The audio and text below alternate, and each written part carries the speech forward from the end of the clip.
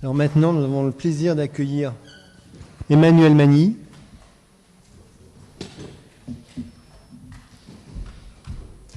qui, à propos d'un sujet vaste et fréquent, c'est la prescription des antibiotiques chez le sujet âgé, va nous faire un point plus particulièrement dans l'infection respiratoire basse, donc la pneumopathie, l'utilisation ou pas des antibiotiques. Alors bonjour à tous, moi je vais vous parler donc des infections respiratoires basses chez le sujet âgé et surtout comment limiter les prescriptions inappropriées des antibiotiques.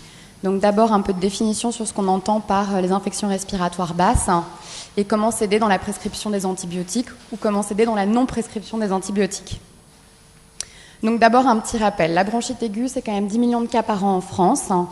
Ça touche 50 à 90% des cas, c'est viral et ça survient dans un contexte épidémique. Le diagnostic, c'est clinique, une toux sèche, puis productive, avec des expectorations dont la modification de son aspect ne signe pas la surinfection et l'indication aux antibiotiques. On peut avoir des brûlures rétrosternales, on peut avoir une fièvre qui reste souvent modérée, etc. Il faut bien être au courant que ça guérit spontanément en une dizaine de jours, que la toux peut durer jusqu'à 3 semaines, donc il faut aussi prévenir vos patients. Et donc les recommandations, c'est pas d'antibiotiques. Pas d'antibiotiques, c'est ce qui est recommandé. Il y a une revue Cochrane de 2014 qui a repris 17 études de 82 à 2014, donc un peu moins de 4000 patients. Et ils testaient antibiotiques contre placebo ou antibiotiques contre rien dans les infections respiratoires basses, bronchite, pneumopathie. Cette revue Cochrane conclut à une réduction des symptômes, avec notamment le symptôme de toux, d'une demi-journée, à mettre en balance avec une majoration des effets secondaires. Donc, les effets secondaires, ça peut être juste nausées, vomissements, mais ça peut être les mycoses, ça peut être le Clostridium difficile, qui serait un peu plus embêtant et qui pourrait majorer la durée d'hospitalisation. Dans l'exacerbation de BPCO, là aussi, on a des recommandations qui sont assez claires de l'HAS, qu'on ait ou pas des EFR chez nos patients. On va soit se baser sur la VEMS, soit se baser sur les signes cliniques en dehors de toute exacerbation. Chez un patient BPCO sans dyspnée, en dehors de toute exacerbation, ou avec une VEMS supérieure à 50% si on a fait des EFR, pas d'antibiotiques. Chez des patients qui ont une dyspnée d'effort en dehors de toute exacerbation ou une VEMS inférieure à 50%, et que les expectorations sont franchement purulentes et verdâtres, antibiotiques. Au moindre effort ou au repos, on a une dyspnée ou la VMS inférieure à 30%, on met les antibiotiques. La pneumopathie aiguë, une autre entité, c'est moins fréquent, 400 000 à 600 000 cas par an en France, mais ça tue. C'est la 5e cause de mortalité chez le sujet âgé. Là, on n'a pas vraiment le temps, on a 4 heures pour mettre les antibiotiques, donc il ne faut pas hésiter. Alors que le diagnostic est souvent difficile, donc on a la fièvre, le foyer, bon, je ne vais pas vous apprendre ce qu'est une pneumopathie. En tout cas, le fait d'avoir un foyer de crépitant en unilatéral, ça a une bonne valeur prédictive positive de pneumopathie. Le fait de ne pas avoir de polypnée, de ne pas être tachycadre et de ne pas avoir de fièvre a une bonne valeur prédictive négative. Quand je vous dis ça, vous me dites, chez le sujet âgé, finalement, ne pas avoir de fièvre, c'est fréquent quand on est infecté. Ne pas être tachycarde sous bêta-bloquant, c'est aussi fréquent. Il faut ajouter à tout ça que chez le sujet âgé, la pneumopathie, ça peut juste être réduite à une confusion, à une tachypnée, à une dyspnée ou à une aggravation d'une pathologie chronique sous-jacente, type décompensation du diabète, etc. Tout ça alors que le sujet âgé est quand même un patient très à risque de pneumopathie, du fait de son vieillissement, mais aussi du fait de ses troubles de déglutition quand ils sont hospitalisés. C'est quand même assez fréquent chez nos patients hospitalisés d'avoir des troubles de déglutition. Donc on regroupe ces 3 entités sous les infections respiratoires basses. Les infections respiratoires basses, c'est 12 millions de consultations par an en France. C'est 4 à 5% des consultations en médecine de ville. Et ça représente 24 millions de prescriptions d'antibiotiques. Malgré tout ce que je vous ai raconté, avec les 3 entités bien définies et les recommandations qui sont bien claires, on s'aperçoit dans les études qu'il y a encore 60 à 83% des bronchites aiguës qui sont traitées par antibiotiques. Tout ça alors que... on ne serigne qu'il faut faire attention parce que ça crée des résistances, parce qu'on va bientôt ne plus avoir d'antibiotiques pour traiter nos patients. Donc là, j'ai repris sur les 12 dernières années les courbes de prescription d'antibiotiques, donc ça c'est à l'hôpital. Et vous voyez qu'on a, alors qu'on avait une tendance à la baisse, on a à nouveau une tendance à la hausse sur les dernières années. Donc là, je vous ai remis une carte de l'Europe, les résistances du pneumocoque à la pénicilline. Donc on n'est pas les pires, il y a toujours pire. Mais chez nous, ça représente quand même 10 à 25% de résistance des pneumocoques à la pénicilline. C'est mieux qu'en 2000, c'était 48%, mais ce n'est pas encore ça. Comment réduire cette prescription inappropriée? Déjà, ça bien s'appuyer sur les recommandations.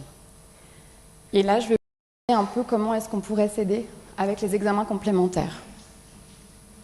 En ville, il y a une EPP qui a été faite en 3 phases sur 30 médecins généralistes pour comprendre pourquoi est-ce que les médecins continuent à mettre des antibiotiques dans les bronchites. Et alors, ils ont défini 11 critères qui poussaient le médecin à mettre les antibiotiques alors qu'il savait pertinemment que ce n'était pas indiqué. Donc il y a lié au patient, ça ne concerne pas trop à l'hôpital, mais c'est quand même assez intéressant de le lire. Donc c'est le patient veut vraiment des antibiotiques, le patient met le médecin généraliste en concurrence. Bon, ça, à l'hôpital, ça ne nous concerne heureusement pas trop. Par contre, lié aux praticiens, là, oui, chez le sujet âgé, on se dit souvent, ah, il a l'air quand même fatigué, oh, il a l'air quand même grave et à risque celui-là. Ou alors, est-ce que c'est vraiment viral? Est-ce que c'est vraiment une bronchite? À l'hôpital, on a un meilleur accès à l'imagerie, on a un meilleur accès à la biologie, on surveille nos patients. Donc pourquoi est-ce qu'on craque? Il y a une étude qu'on a faite là sur les derniers 6 mois entre l'hôpital Charlefoix et l'hôpital Paul-Brousse. On incluait tous les patients à qui on avait mis des antibiotiques à visée respiratoire. Et on regardait, nous on voulait voir l'intérêt d'une nouvelle imagerie à 48 heures pour réévaluer le diagnostic qui avait été posé aux urgences dans un contexte aigu. Et on s'aperçoit qu'il y a encore 60% des bronchites qui sont traitées par antibiotiques. Le reste des analyses est en cours. Pourquoi ne pas céder de la procalcitonine? La procalcitonine, ça augmente de manière sensible et spécifique dans les infections bactériennes et parasitaires, contrairement à la CRP. Elle n'augmente pas dans les infections virales, ou peu, et elle n'augmente pas dans les processus inflammatoires. La procalcitonine, elle se détecte à 3 heures. Elle a une demi-vie de 24 heures, et son chiffre est corrélé à sa gravité. Dans une étude du Lancet en 2004, où ils ont inclus jusqu'à 243 patients qui étaient suspects d'une infection respiratoire basse aux urgences, ils ont fait 2 groupes. Le médecin fait ce qu'il veut, prise en charge standard, ou alors on le guide en fonction de la PCT.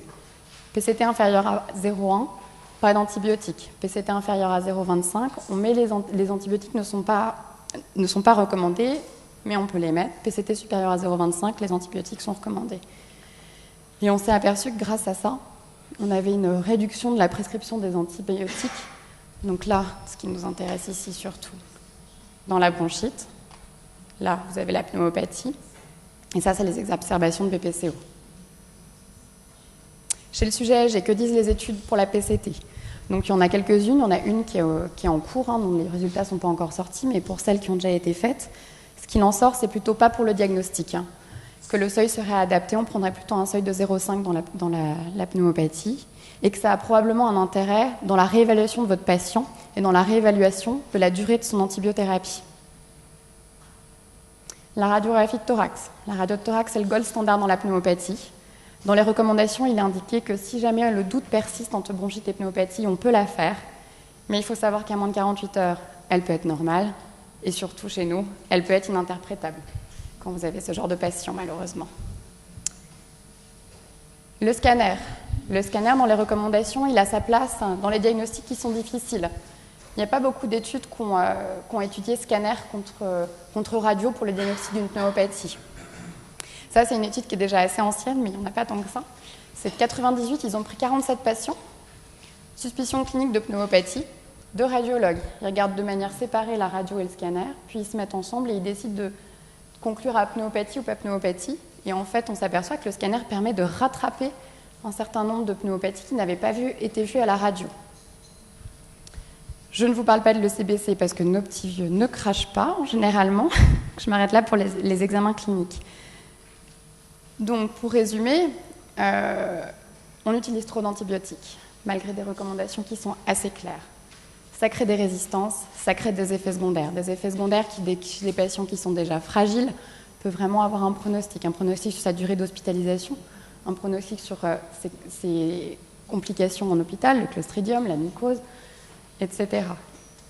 quand il n'y a pas d'indication dans la bronchite aiguë, et pourtant on a encore 60% des patients qui ont une bronchite qui sont sous antibiotiques. Pourquoi chez le sujet âgé ne pas céder des examens complémentaires qu'on a à disposition, même si les études sont toutes en cours, si jamais le doute persiste? Effectivement, passer à côté d'une pneumopathie, on peut tuer le malade. Mais mettre les antibiotiques, le réévaluer à 48 heures avec des examens faits dans de bonnes conditions, la prise de sang, peut-être que ça nous aiderait dans notre prise en charge. Merci de votre attention.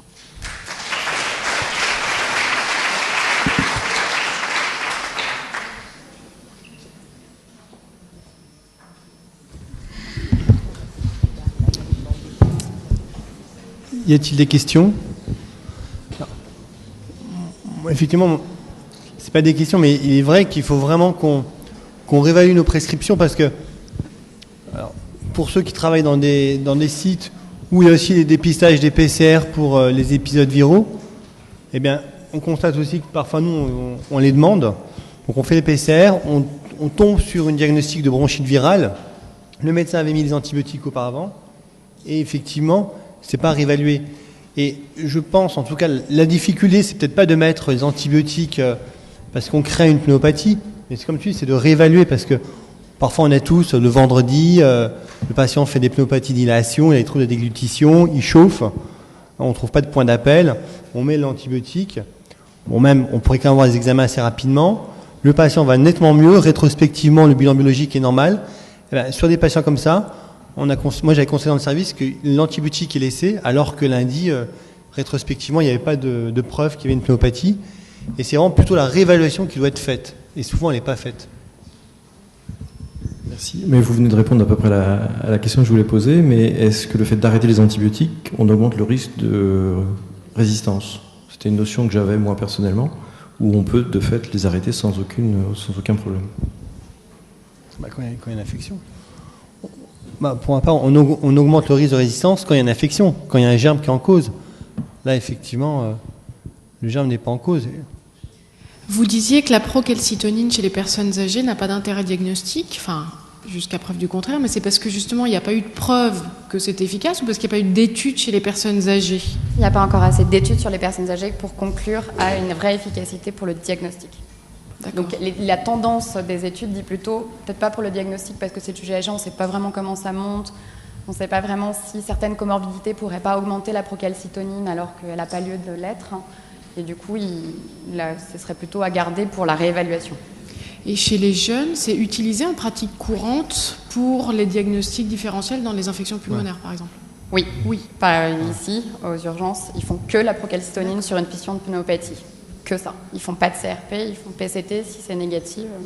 Et là, l'étude sur les 243 patients, la moyenne d'âge était basse. D'accord. Merci.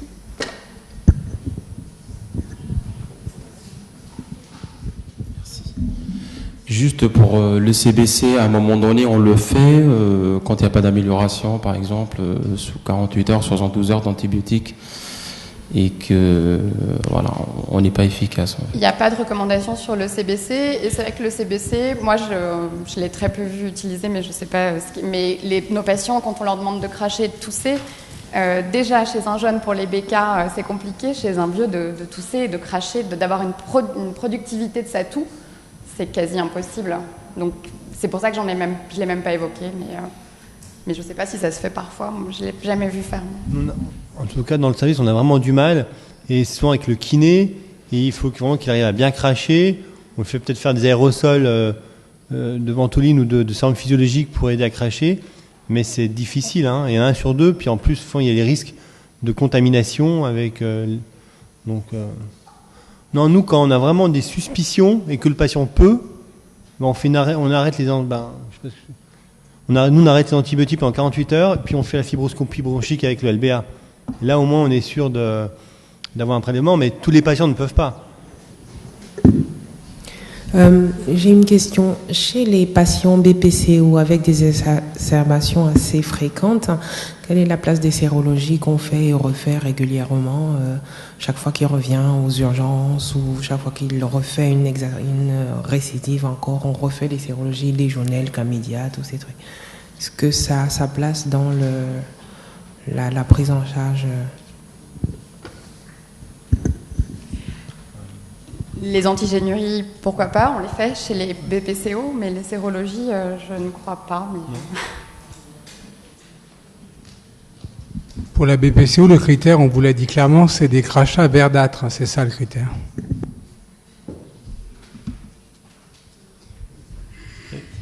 Et là, on a abordé les pneumopathies, mais dans la pratique, il y a aussi les infections urinaires où il y a quand même bon, on va pas mais juste, mais il y a quand même énormément en ville ou même dans l'établissement des antibiotiques qui sont prescrits devant des bactéries et pas devant des infections urinaires patentes à l'ECBU. Et il y a vraiment, je pense que on a trop confiance dans les antibiotiques et trop peur de nos patients qui décompensent. Mais quand on discute avec les infectiologues, pour eux, la fièvre, c'est jamais une urgence thérapeutique pour mettre un antibiotique, et à part le choc septique, ils sont toujours, même avec quand on discute de patients compliqués où on demande est-ce qu'on met d'antibiotiques, ils ont 100 de CRP, ils ont 38, c'est bien supporté, même avec 15 000 blancs, et qu'on n'a pas de point d'appel, ils nous disent non, fais le scanner. Par contre, c'est vraiment je sais que les urgentistes, ils nous disent en fait, une coupe de scan thoracique, c'est aussi rapide qu'une radio de thorax. Et ce serait beaucoup plus pertinent. Je sais qu'il y avait des services d'urgence qui sont en train de faire des comparaisons, le bénéfice entre une radio de thorax et une ou deux coupes assez grossières de scanner thoracique. Le scanner thoracique, juste pour les chiffres, si jamais ça fait peur, c'est 7 fois plus cher qu'une radio de thorax, certes. Mais entre oui, il y a une pneumopathie et on n'en parle plus, et non, il n'y a pas de pneumopathie et on cherche autre chose ou on n'en parle pas non plus, par rapport en termes de coût, de durée d'hospitalisation, des complications que ça implique d'avoir des antibiotiques chez un sujet qui est fragile, qui va faire le clostridium, qui va faire la mycose, qui va rester plus longtemps à l'hôpital, je pense qu'il y a des études à faire, mais je ne suis pas sûre que ça soit le 7 fois reste comme ça.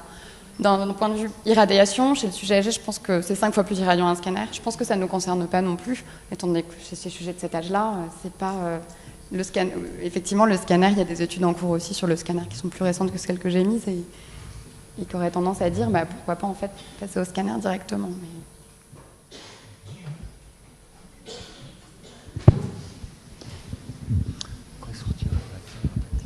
C'est un très bel exposé, mais dans la vraie vie, dans le milieu gériatrique, les soins de suite, ce sont des urgentistes qui nous fournissent le gros des troupes. Et souvent, ils nous arrivent avec de l'augmentin, de la rocifine au départ. Quid de le maintenir ou pas, au lundi matin, comme vous dites. Voilà un peu des situations. L'infection contractée sur une fausse route pendant le séjour en SSR ou dans les services de médecine aiguë. Si j'ai bien compris, il faut lever un peu le pied sur les antibiotiques, à être parcimonieux, la procalcitonine, ou tout simplement une coupe scanographique, et puis le bon vieux stéthoscope. Oui. Eh bien, merci. Et donc, on peut applaudir, alors, oui, non, pas encore.